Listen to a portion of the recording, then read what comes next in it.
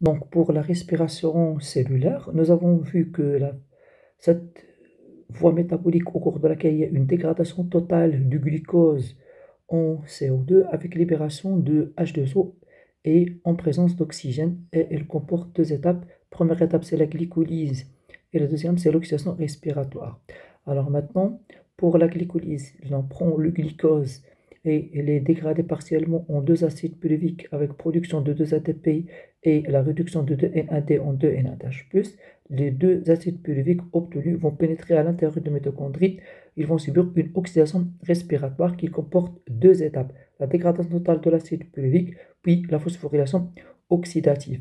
Au cours de cette dégradation totale, les NAD plus FAD vont être réduits en NADH plus FADH2, puis au cours de la phosphorylation oxydative, ces NADH plus et FADH2 vont être oxydés de nouveau et les électrons et les protons plus sont récupérés par l'oxygène. On dit que l'oxygène est l'accepteur final des électrons et de protons H+, il va être réduit en H2O. Et au cours de cette réaction d'oxydoréduction, donc il y a ce qu'on appelle la synthèse de l'ATP. C'est pour cela qu'on l'appelle phosphorylation oxydative.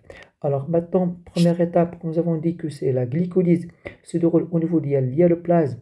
Donc notre glucose plus 2 ATP plus 2 NAD plus, ça donne 2 acides pyruviques plus 2 ATP plus 2 NADH plus. Maintenant, l'oxydation respiratoire qui se déroule au niveau de la mitochondrie. Il comporte, comme nous avons dit, une dégradation totale de l'acide pyruvique en CO2 et la phosphorylation oxydative. Alors, cette étape se déroule au niveau de la mitochondrie. Alors, l'ultrastructure de la mitochondrie. Alors, si on vous demande de donner la définition de la mitochondrie, on doit donner la structure et le rôle. Alors, pour la structure, c'est un organisme cellulaire ayant la forme de bâtonnet. Il possède deux membranes, une membrane externe et une membrane interne séparées par un liquide qu'on appelle espace intermembranaire. La membrane interne, elle est longue, elle se replie et dans ce qu'on appelle les crêtes. À l'intérieur de la mitochondrie, on trouve un liquide, ce qu'on appelle c'est la matrice dans laquelle on trouve le ribosome qui intervient dans la synthèse de protéines et ADN qui appartient de la bactérie. Le rôle de la mitochondrie, il joue un rôle très important dans la respiration cellulaire. Elle représente le lieu de déroulement des oxydations respiratoires entraînant la dégradation totale de l'acide pyruvique en CO2 en présence d'oxygène avec synthèse de l'ATP. Donc si je prends la première étape, l'étude de la dégradation totale d'acide pyruvique en CO2 au niveau de la matrice mitochondriale. Alors cette étape comporte deux étapes. Première étape, c'est l'oxydation d'acide pyruvique en acétyl-CoA, puis le cycle de Krebs. Au cours de la première étape, l'oxydation d'acide pyruvique en acétyl-CoA, donc notre acide pyruvique, il comporte trois carbones. Il va être dégradé partiellement en acétyl-CoA avec libération de CO2 et son oxydation. Les protons H+ vont être pris par le NAD qui va être réduit en NADH+. Bon, ceci s'effectue par deux enzymes. C'est la décarboxylase qui permet d'enlever le CO2 et la déshydrogénase qui permet d'enlever l'hydrogène. Alors maintenant, ceci elle est effectuée par l'aide du coenzyme A et on obtient ce qu'on appelle notre acétylcoenzyme A. Donc les deux, le groupon CH3CO, c'est notre groupon acétyl, et le CO, il est libéré sous forme de CO2, et les protons H+, sont récupérés par le NAD, qui va être réduit en NADH+. Alors maintenant, pour le cycle de Krebs. Alors nous avons notre groupement acétyl, il va être dégradé totalement au cours du cycle de Krebs. Donc pour cela, notre composé acétylcoenzyme A, on va libérer le coenzyme A pour être réutilisé après dans la première étape, l'oxydation d'acide pyruvique en acétylcoenzyme A, et notre groupon acétyl qui reste, elle va s'associer avec un groupon qui possède 4 atomes de carbone, ce qu'on appelle l'acide oxaloacétique, pour former un composé à 6 atomes de carbone. Alors maintenant, les deux atomes de carbone qu'on trouve au niveau de l'acétyl vont être dégradés. Alors là, on prend notre groupon acétyl, sous l'action de la décarboxylase, on enlève CO2 et on enlève l'hydrogène. Et NAD+ se réduit en NADH+. Puis on obtient un composé à 5 atomes de carbone. dont on enlève le CO2, c'est-à-dire la décarboxylation. Puis on enlève l'hydrogène, qui est ou NAD, il va être réduit en NADH, H+. Et j'obtiens mon composé à 4 atomes de carbone, comme nous avons dans la première étape. Notre composé il contient 4 atomes de carbone. Donc, حيدنا جوج ديال les atomes de carbone اللي جبنا من عند l'acétyl, بقى ليا un composé à 4 atomes de carbone. Donc, غنرجعو l'état initial. ملي كنرجعو l'état initial ديالو كنربحو شويه ديال l'énergie. Donc, notre composé va être transformé en un autre composé à 4 atomes de carbone, d'accord, et j'obtiens une molécule d'ATP. Puis, il y a réduction de NFAD en FADH2, puis réduction de NAD en NADH+, et je récupère mon composé initial. D'accord, nos cycles de Krebs, donc, son bilan énergétique, 1, 2, 3. 3 NADH2, une molécule de FADH2 et une molécule d'ATP. Et le passage de l'acide pulvique en acide coenzymaire, j'ai gagné une molécule de NADH H+. Donc, si je prends les réactions, l'oxydation d'acide pulvique en acétyl-CoA se déroule au niveau de la matrice. Son bilan énergétique, c'est NADH H+, et votre réaction. Donc, l'acide pulvique plus NAD plus le coenzyme A, sous l'action des décarboxylase et déshydrogénase, les deux enzymes, on obtient l'acétyl coenzyme A plus le CO2 plus NADH H+. Maintenant, pour le cycle de Krebs, sa définition.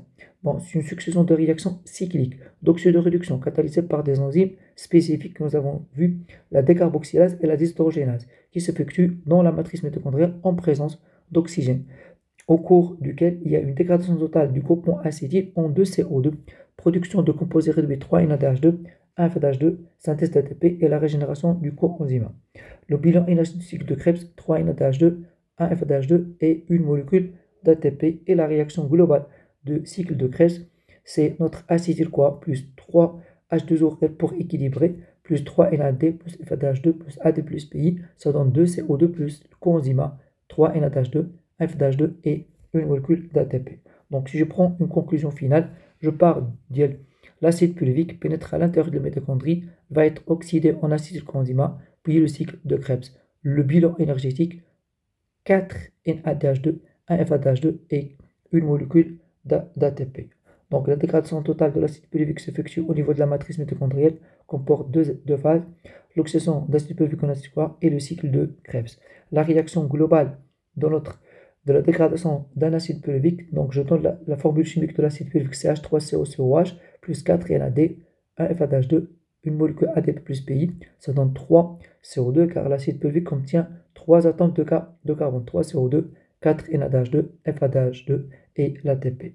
Si je prends maintenant la réaction globale de la dégradation d'une molécule de glucose en utilisant les transporteurs d'électrons et de protons H+, donc nous avons vu que au cours de la glycolyse, on obtient 2 ATP et 2 NADH2 et 2 acides pulviques. Maintenant, chaque acide pulvique, lorsqu'il est oxydé en acétyl, j'obtiens une molécule de NADH2, alors que la dégradation de l'acétylcoenzyme au cours du cycle de Krebs donne 3 NADH2, 1 FADH2 et molécule ATP. Donc la dégradation d'une seule molécule de l'acide pulvique, ça donne 4 NADH2, 1 FADH2 et molécule d'ATP. Puisque nous avons 2 acides pulviques, donc on va multiplier par 2, ça sera 8 NADH2, 2 FADH2 et 2 ATP, auxquels on ajoute les 2 ATP et les 2 NADH2 qui proviennent de la glycolyse. Donc notre bilan, c'est 10 NADH2, 2 FADH2 et 4 molécules d'ATP. Et donc c'est la réaction globale que nous avons écrit, le glucose plus 10 NAD, 2 FAD, 4 AD plus PI, ça donne 6 CO2, 10 NADH2, 2 FH2 et 4 molécules d'ATP. Alors maintenant, je passe à la deuxième étape, c'est la phosphorylation oxydative et la chaîne respiratoire. C'est une dernière étape de la respiration cellulaire. Elle s'effectue au niveau de la membrane interne de la mitochondrie et fait intervenir l'oxygène. Alors, quel est l'objectif de cette phosphorylation oxydative qui se déroule au niveau de la membrane interne? Normalement, je vais régénérer les NAD par l'oxydation de NADH2. Alors, les protons H+, qui se trouvent au niveau de NADH2 et FADH2 vont être récupérés par l'oxygène. C'est pour cela qu'on dit que l'oxygène est un accepteur final des électrons et des protons H+. Il va être réduit en H2O. Au cours de cette réaction d'oxydoréduction qui se trouve au niveau de la membrane interne, je dois phosphoryler l'ADP en ATP en utilisant de l'énergie. Donc, le but de cette phosphorylation oxydase, c'est la régénération des transporteurs d'électrons et de protons H+, les NAD et les FAD, par l'oxydation de NADH+, et FADH2, car le stock de NAD et FAD est limité dans la cellule. La conversion de l'énergie chimique stockée au niveau de NADH2 et FADH2, donc ADO, ce sont des formes d'énergie chimique qu'on trouve dans la cellule, NADH2 et FADH2. Mais cette forme d'énergie qu'ils contiennent n'est pas utilisable par la cellule. C'est pour cela qu'on doit transformer l'énergie conservée dans NADH2 et FADH2 en énergie chimique sous forme d'ATP, car c'est l'ATP qui est la forme énergie utilisable par la cellule. Alors là, c'est-à-dire qu'il y a synthèse d'ATP tout en réduisant l'oxygène en H2O. Maintenant, où se déroule cette phosphorylation oxydative? Nous avons dit qu'elle se déroule au niveau de la membrane interne. Alors, quelles sont les caractéristiques de la membrane interne par rapport à la membrane externe de la mitochondrie? Nous avons dit que la membrane interne est très longue et elle se replie et donne ce qu'on appelle des crêtes. Alors, au niveau de la membrane interne, on trouve des protéines et des lipides. De même, pour la membrane externe, on trouve des lipides et des protéines. Mais la concentration des lipides au niveau de la membrane externe elle est plus importante que la membrane interne. Nous avons 40% des lipides, ce qu'on appelle les phospholipides, alors que chez la membrane interne, on trouve que 20% des lipides. Mais pour les protéines, 60% des protéines au niveau de la membrane externe, alors que 80% des protéines, on les trouve dans la membrane interne. C'est-à-dire que la membrane interne, elle est riche en protéines par rapport à la membrane externe. Alors les protéines qu'on trouve au niveau de la membrane externe, ils ont un seul rôle qui est très important, c'est intégrer. Ils peuvent permettre l'échange des éléments entre l'hialoplasme et l'espace intermembranaire. Donc pour faire pénétrer des éléments à l'intérieur de la mitochondrie, ça nécessite les protéines membranaires de la membrane externe. Alors que les protéines de la membrane interne, il y a deux types. Il y a des protéines qui forment ce qu'on appelle la chaîne respiratoire et une protéine, ce qu'on appelle les sphères pédonculées. Alors c'est eux qui vont intervenir dans le mécanisme de la phosphorylation oxydative. Donc les protéines de la membrane interne sont formées par des protéines intégrées qui forment la chaîne respiratoire et jouent le rôle de transporteur d'électrons et de protons H+, parce que ce sont les complexes qu'on trouve ici. D'accord, c'est la chaîne respiratoire qu'on trouve au niveau de la membrane interne et ce qu'on appelle les sphères pédonculées qui ont toujours leur sphère, elle est orientée vers la matrice. Elles sont pédoncules, elle est intégrée dans la membrane interne. Alors le rôle de la sphère pédonculée, c'est un canal à travers lequel passent les protons H+, de l'espace intermembranaire vers la matrice. Et le deuxième rôle, c'est la synthèse de l'ATP. Donc, il joue un rôle d'enzyme ATP synthase responsable de la phosphorylation de l'ATP en ATP. Alors, voici la membrane interne de la mitochondrie. Ici, c'est l'espace intermembranaire. Ici, c'est la matrice. On a dit que la sphère est toujours orientée vers la matrice. Alors, le rôle de cette sphère pédonculée, c'est un canal à travers lequel passent les protons H+, toujours de l'espace intermembranaire vers la matrice. Et ce passage, il permet d'activer une enzyme qui se trouve à l'intérieur de la sphère pédonculée, ce qu'on appelle l'ATP synthase, et qui permet de phosphoryler. C'est-à-dire que je prends P au candidat à l'ATP. Une phosphorylation de l'ADP en ATP, mais cette phosphorylation nécessite de l'énergie qui provient du passage du proton H+, qui passe par la sphère pédonculée et qui sort de l'espace intermembranaire vers la matrice.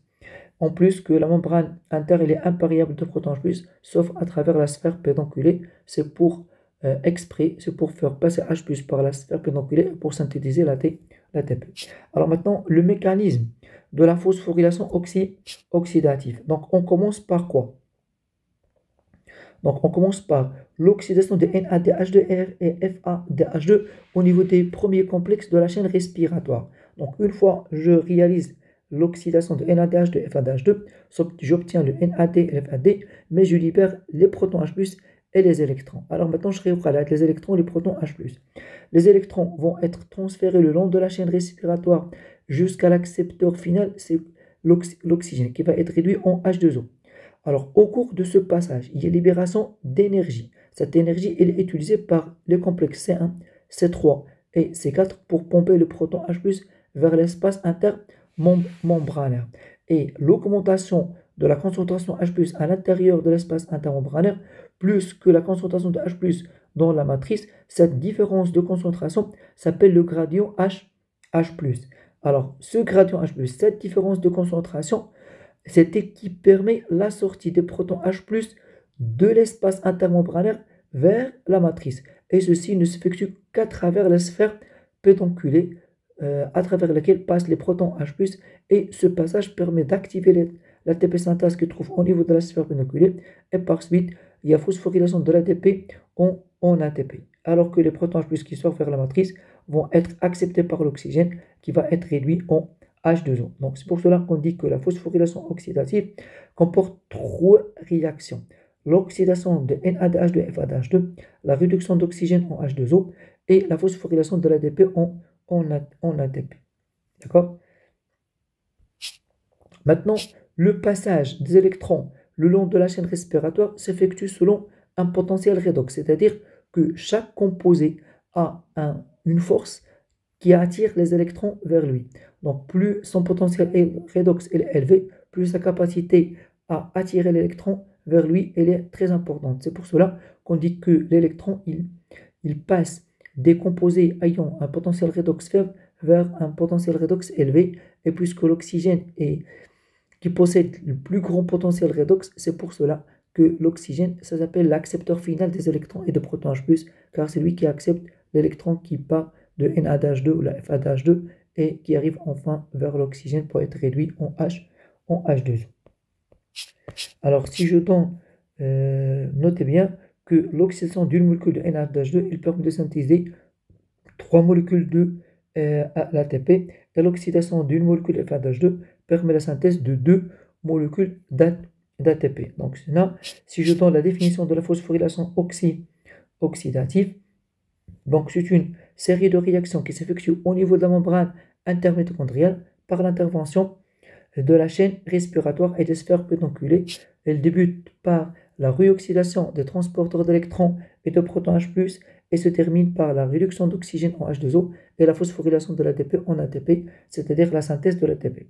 Et il comporte trois réactions essentielles: la réoxydation des transporteurs d'électrons et de protons H+, la réduction d'oxygène en H2O et la phosphorylation de l'ATP en ATP. Alors maintenant, comme petite conclusion, quelles sont les conditions nécessaires pour la synthèse de l'ATP? Normalement, il doit y avoir un passage de protons H+, par la sphère pédonculée de l'espace intermembranaire vers la matrice. Il y a un gradient H+. La concentration H+ dans l'espace intermembranaire doit être supérieure à la concentration de H+ dans la matrice pour que H+ puisse sortir de l'espace intermembranaire vers la matrice et par suite l'activation de l'ATP synthase. Si je travaille maintenant sur le pH de l'espace intermembranaire, doit être inférieur au pH de la matrice. Donc nous avons vu que lorsque les protons H+ sont pompés vers l'espace intermembranaire, la concentration de H+ dans l'espace intermembranaire devient très importante. Par suite, le pH de l'espace intermembranaire va diminuer et le milieu devient acide. Alors que dans la matrice, la concentration de H+ diminue et son pH il va augmenter. Donc soit je travaille avec la concentration de H+, soit je travaille avec le pH.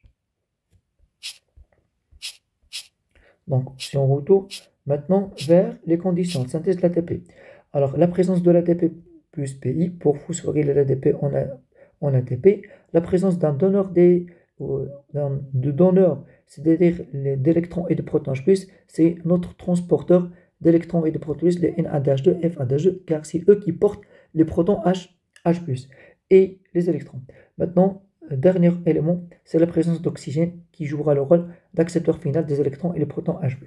Maintenant, si je prends le rôle de la chaîne respiratoire, donc il possède 3 ou 4 rôles principaux. C'est la réoxydation des NADH2 et FADH2. Pour NADH2, il est oxydé dans le complexe 1, alors que FA2, il est oxydé dans le complexe 2. Le transport spontané des électrons le long de la chaîne respiratoire jusqu'à l'accepteur final, O2, qui va être réduit en H2O. Puis le pompage des protons H+. Seulement les complexes 1, le complexe 3 et le complexe 4 qui pompent les protons H+, vers l'espace intermembranaire, alors que le complexe 2, où est notre composé, le coenzyme, l'ubiquinone et le cytochrome C, ne pompent pas les protons H+ vers l'espace intermembranaire. La création de protons H+, la différence de concentration de H+ entre l'espace intermembranaire et la matrice. Et enfin, la réduction d'oxygène en H2O en oxydant le complexe C4 qui va libérer les électrons et les protons H+ pour O2 qui va être réduit en H2O. Alors maintenant, pour le bilan énergétique de la respiration cellulaire, lorsque j'ai dit le bilan énergétique, c'est quoi? C'est le nombre de molécules d'ATP produites suite à l'oxydation, c'est-à-dire suite à la dégradation d'une mole de glucose lors de la respiration cellulaire ou la fermentation. Donc le bilan énergétique de la respiration, c'est 38 ATP. Alors comment on va le compter? Alors sachant que la phosphorylation oxydative d'une molécule, d'une mole de NADH2 permet la synthèse de 3 molécules ou 3 moles de l'ATP. L'oxydation d'une molécule de FADH2 ou une mole de FADH2 permet la synthèse de 3 moles ou 3 molécules d'ATP. Alors maintenant, nous avons vu que le glucose, au cours de la glycolyse, on obtient 2 acides pyruviques, c'est-à-dire 2 ATP, 2 NADH2. L'acide pyruvique, lorsqu'il se dégrade totalement, on obtient 4 NADH2, FADH2, ATPH2, ATP. Et puisque nous avons 2 acides pyruviques, donc ceci est multiplié par 2, ça fait 8 NADH2, 2 FADH2 et 2 ATP.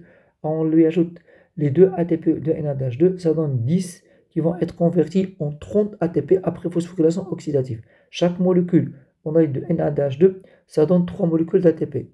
Et 2 molécules FADH2, ils vont donner 4 ATP. Et les 4 ATP qu'on obtient sont 4 ATP. Donc le total, ça fait 38 ATP. Donc je peux compter le bilan énergétique de façon inverse. Donc si je prends la glycolyse, on obtient 2 ATP, 2 NADH2. Donc les 2 NADH2, ça fait 3 ATP chacune. Donc ça fait en total 2 plus 6, ça fait 8 ATP dans la glycolyse. Alors que la dégradation totale d'un acide pyruvique, on a l'oxydation d'acide pyruvique en acide CoA, je donne 1 NADH2, c'est-à-dire 3 ATP. Alors que le cycle de Krebs, 3 NADH2, 1 FADH2, une molécule d'ATP. Donc ça fait 3, 9, 1 FADH2, 2 ATP, ATP c'est ATP. Donc en total, le cycle de Krebs, ça nous donne 12 ATP. Plus le 3 ATP de l'oxydation d'acide pyruvique en acide CoA, ce qui nous donne 15 ATP. Et puisque nous avons 2 acides pyruviques, ça fait 30 ATP qu'on ajoute avec les 8 ATP de la glycolyse et j'obtiens 38 ATP. Donc il y a 2 méthodes pour calculer le bilan énergétique. Maintenant, je passe au rendement énergétique. C'est quoi le rendement?